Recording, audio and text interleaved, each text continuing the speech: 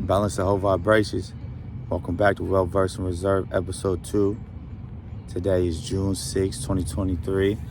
5 days out from paroling. This here is my cousin, my blood, Timothy Blanchard, Tim. Always, all day. Little Stevie. Yes. It's good to see family.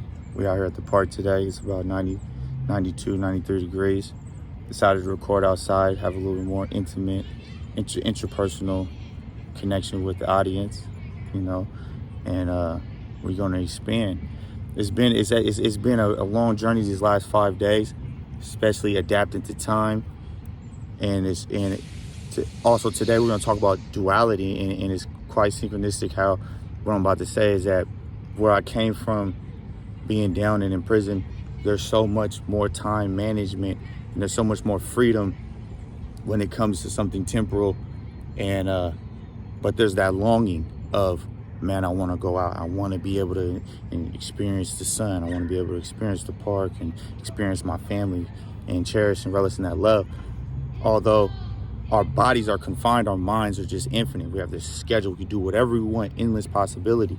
But for these last 5 days, I've been having this influx of just so much that I have to do in this short amount of time. And it's different because before it was theory, it was imaginative of what I want to do. But now that it's in real time, time's no longer stood still. I'm no longer longing. Everything is animated.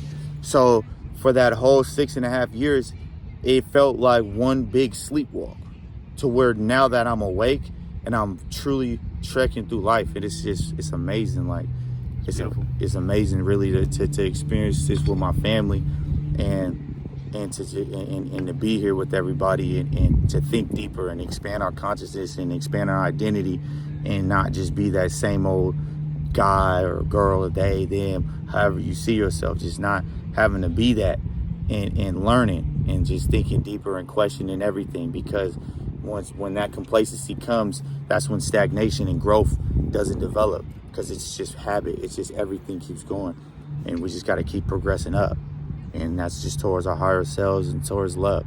So yeah, I'm gonna keep that brief for now, the introduction. I said, once again, it's in balance the whole vibrations. And today I want to speak on the concept of duality and dichotomy. Excuse me. And ask the question, what is dichotomy? What is duality? How do I experience dichotomy? How do I experience duality? How do you experience dichotomy? How do you experience duality? And so it may seem like a superficial question, but our whole purpose here is to think deeper.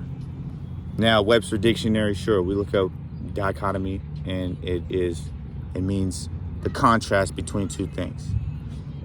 You look up the definition of duality in Webster Dictionary. It's going to say the contrast of two things, the spectrum of light, dark, good, evil, sad, happy, and everything in between that ranges you to each side of the spectrum. But we'll ask the question a little bit deeper is, with that good and with that evil, is there a dependence? Is there a dependence on we can't experience good without the evil? You can't experience humility without the incarceration. You can't experience peace of mind without the difficulty of environment. Yeah. So, you can experience discipline without control. Can you experience discipline without control? Yeah. So, and those are the things that we question, is that if there is such a balance or a reliance on these spectrums, is balance even possible? Is balance even a thing? And what does balance truly mean? And so first, for me, when I ask myself, how do I experience duality, which would be the simple function of bad and good, I would believe that duality, first, the genesis of duality is when the mind is when the mind starts to discern itself, when it starts to examine itself. So when you activate your ego is when duality starts. When I activate my ego, duality starts. And that mind is a scary thing, because it can range us out of that balance into what's good, into what's bad. So that balance mark is the mind. So for me, if I believe that everything here is beautiful and I feel beautiful with this, and I don't see no separation to it, then I create something supplemental. I create something that's one. But the moment that I say that those trees are beautiful and I see them outside of myself and not of something that is a part of me, then it is split to where now I depend on this to be beautiful, because if something ugly within me happens, then I can look out at this, when really I am this and this is me, and we're just it's something that's magnificent, and it's existing as one. Yeah.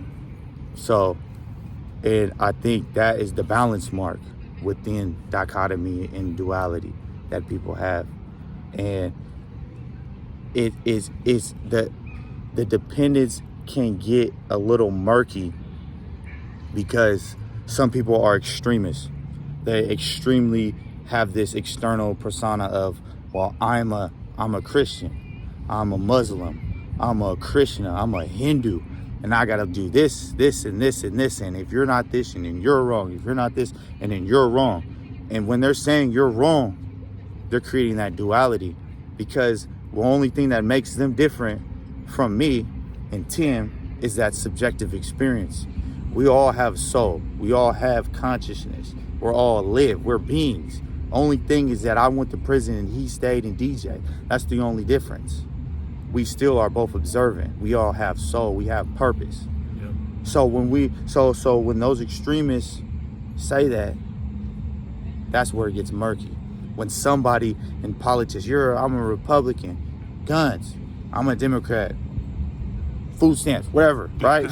Something, right? So yeah. they're creating that separation, because there's really no difference within us until it's what our minds promote, is what it brings. And once I felt like I was able to control that and be more mindful of it and step back and observe my thoughts and see, okay, now I'm judging. Now I'm seeing this. Now I'm telling this person that they're wrong. I'm telling this person they're ugly. Or I'm telling this person that they're a Republican, and I'm marginalizing them. That's what's causing the division. And it doesn't help the world. It doesn't help the air. It doesn't help the dreams and the energy. It only cuts frequencies. Yep. So now, how should I rectify this? How should we correct this? How can we correct this separation within society? And one thing that really helped me personally is, like I said, is being in the know of that judginess, because there's a difference between judging someone and telling the truth.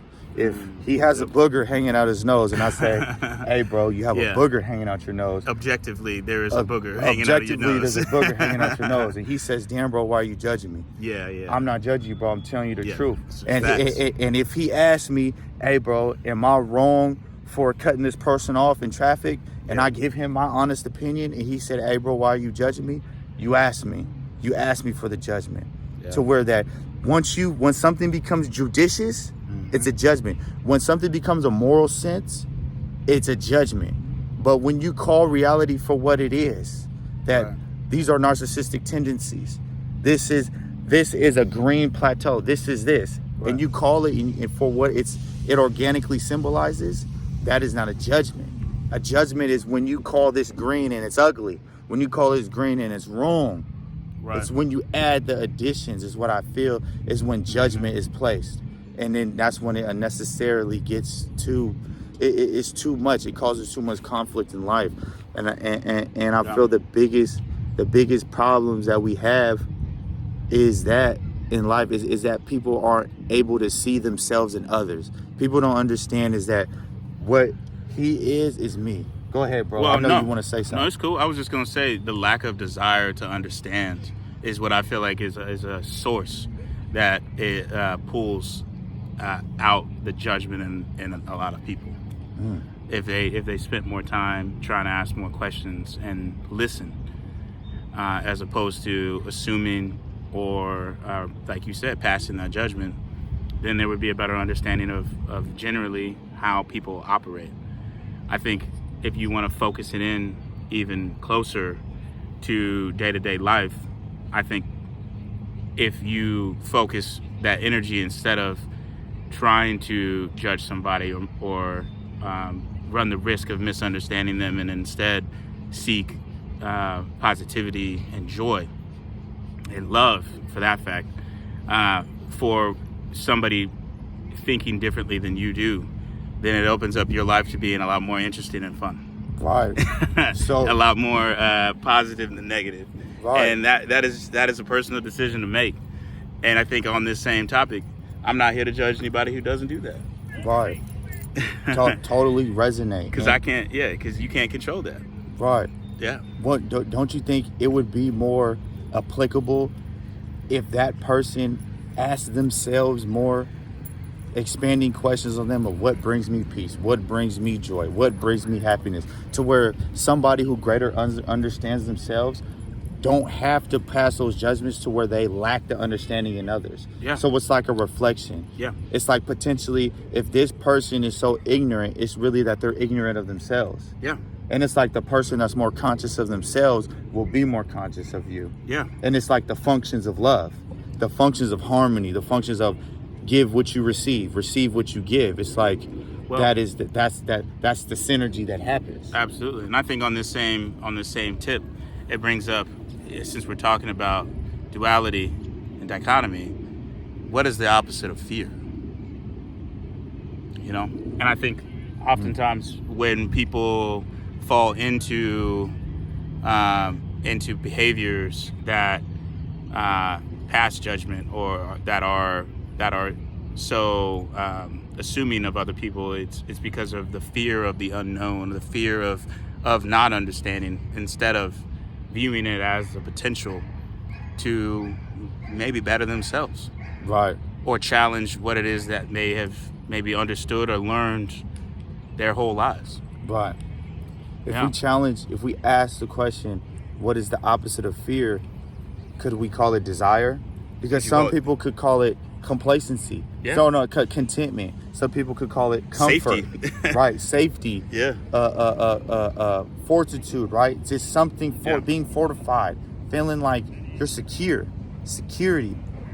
Yeah. Although fear, it that alone becomes murky, because people who fear, they fear not to suffer. So we as humans, we desire not to suffer. If we touch the stove and it burns us, we naturally, instinctually are not going to touch that stove because we desire not to feel that pain. But if you don't cook because you're afraid that the stove might get you hot, that don't make no kind of sense either. That don't make no sense. But it's all a desire. Right. So you don't cook because you desire not to. Yeah. You're not going to touch that. You're not going to do anything around that because you desire to not do it, because subconsciously you know what's there. Yeah. But that's where the duality kicks in. Yeah. Is that now we're limiting ourselves. Exactly. Because of a Putting fear. A box in it. Yeah. We've now limited ourselves because of suffering. Yeah. And sure, it's not ideal to want to burn ourselves, but a lot of people express this in relationships. They don't want to do relationships no more because they've been burned before. Yeah. They don't want to be around a certain races because they've been burned by racism. They don't want to be around certain family members because their family members patronize and they've burned them. On the opposite of that, though. Yeah, on the opposite end. So it gets to the point to where we have to evaluate the spectrum of our duality and see it deeper to where, what is the spectrum of our fears? What is the spectrum of our desires? And I mean, that brings up the question of boundaries. And I think that's where, if you are thinking dynamically about, trying to do something different than what you have before, and even if it's fearful, creating those boundaries, in my opinion, feels like you're putting a brake system there. You know, like, for example, the metaphor of like driving a car. If you really think about it, it's, you know, you got tons of steel, metal going so fast. And if for some reason there was no way to control that by something like a braking, then nobody would do it. It would be the most terrifying thing in the world. Absolutely. So I think if you can create your boundaries for yourself while exploring a new concept or opening yourself up to another way of thinking, then it allows you to know, you know, kind of ahead of time where those brakes, where you need to pump the brakes a little bit and say, stop. Let me just try and process for a second without going outside of what, as in essence, who you are and how you feel. Absolutely. Yeah. Absolutely. That's beautiful. All about that. And that makes me question on these boundaries. Yeah. If we have to stop and examine what it is, can we put a faith in that examination? Can we put a faith into, well, let's explore this suffering? Yeah. Because isn't pain growth? Sure. Isn't suffering life? Yeah. So is it possible to break that dichotomy? Can one exist without the other? Exactly. Can we break that duality of, I don't want to do this because it suffers, and take that leap of faith and do it anyways, and expand the identity and expand the experience to truly understand the other side? Yeah. Because like I said in the last episode, what truth should mean to us is in examining it all. Truth is to learn both sides. That's the truth. Because everybody's, like the allegory of the cave, the shadows that's casted on the side of that wall was the reality until they seen the light come, and then they seen that there was more to the shadows. Right. So once you see the light that shines into your identity and that there's more out there, don't you want to reach that light? Don't you want to take a leap of faith a little bit farther and to understand? Yeah. So, and I feel like that is the best way of dealing with that dichotomy, dealing with the dependence of it, is having that faith. Yeah. And have it, and the balance comes from making the sacrifice. Absolutely. Putting the pain in, putting the gain in, putting the desire in it, satisfaction. Yeah. And I think a part of that too is understanding that people are on different steps in their journey within thinking critically that way. I think it's important to acknowledge that. And a part of living a fulfilled life, in my opinion, is to practice not projecting those expectations that we have of ourselves onto other people if they are not on that same pathway or same, you know, step that we maybe are within that way of thinking. Because then it retracts, it takes away from some of the positivity that you yourself could be possibly digesting. Yeah. Absolutely. Shout out to Slick. This is so much in correspondence to what he just said. I remember Slick told me about 2021. He said, when you put expectations on somebody, you're already letting yourself down. All the way. Because when that expectation doesn't happen, there comes the sorrow. All the way. There comes the disappointment. Yep. And there's a difference. From what I discern from that is that there's a difference between expectation and hope. Yeah. When you hope for something, there's no expectation. So it's better to put hope in somebody than to put expectation. But that's just the dichotomy of it. But it's something colloquial, because it's like we put terms on expectation. We put terms on and what it means to us and what we commonly use. But really, those symbols aren't in accordance to how we actually use it. You know what I'm saying? Behavior. So the behavior of it doesn't match the symbolic. The practice and the behavior is how it actually ends up being defined. And really it's up to you, and it's on your shoulders to continue that.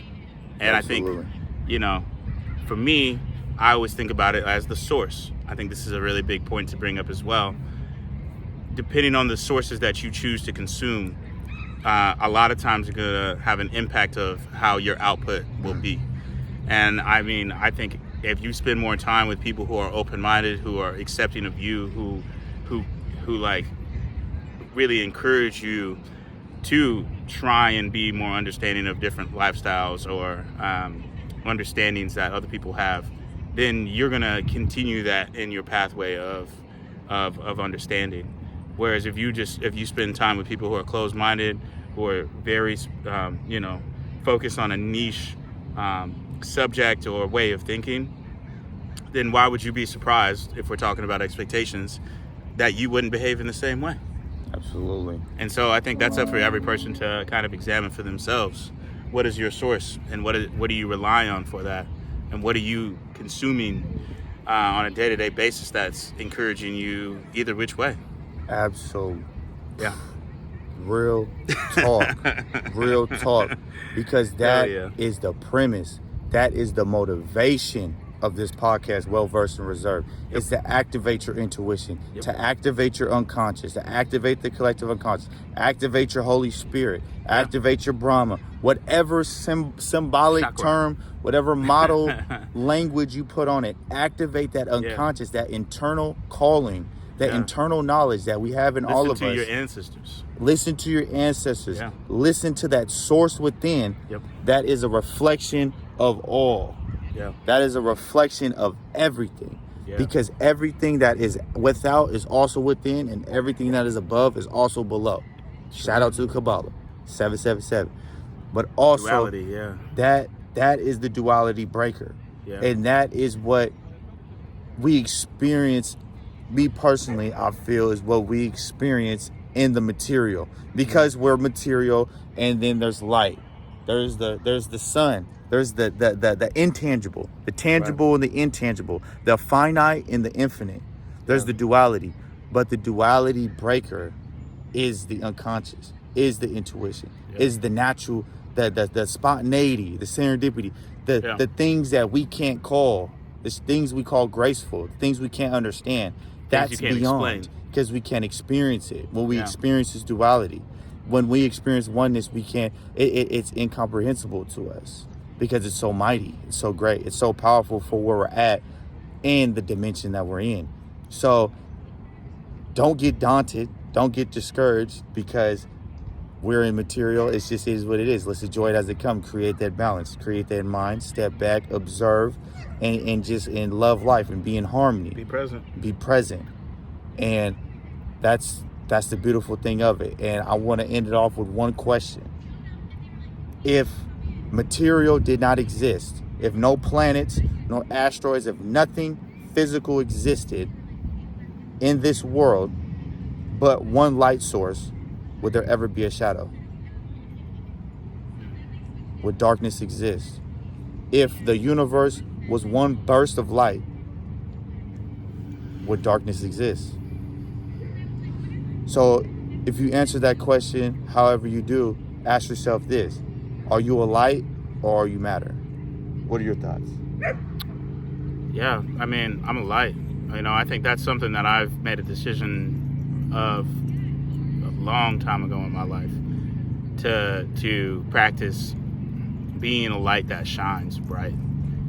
But what that means is using, in my opinion, for me, like using the power that I have, or that I have been able to gain, to support other people, to think of the impact that I have on this plane outside of just myself, and understanding the impact that it has, and understanding the responsibility, without it being in a obligated way, but in a positive way, that I have to provide light, which in my opinion means, a lot like positivity. It means privilege. It means expression. It means communication.